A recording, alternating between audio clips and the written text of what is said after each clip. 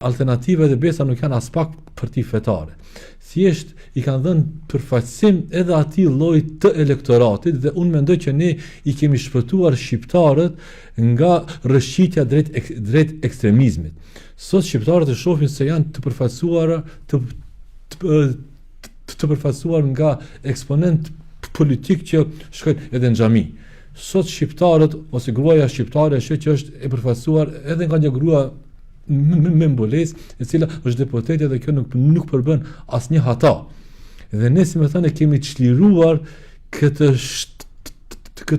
shtrëngim ose tendosje nga frika se çka bëhet në qoftë se këto elemente arrin të përfaqësohen edhe politikisht. Ne thjesht e kemi shfryrë balonin dhe sot është mjaft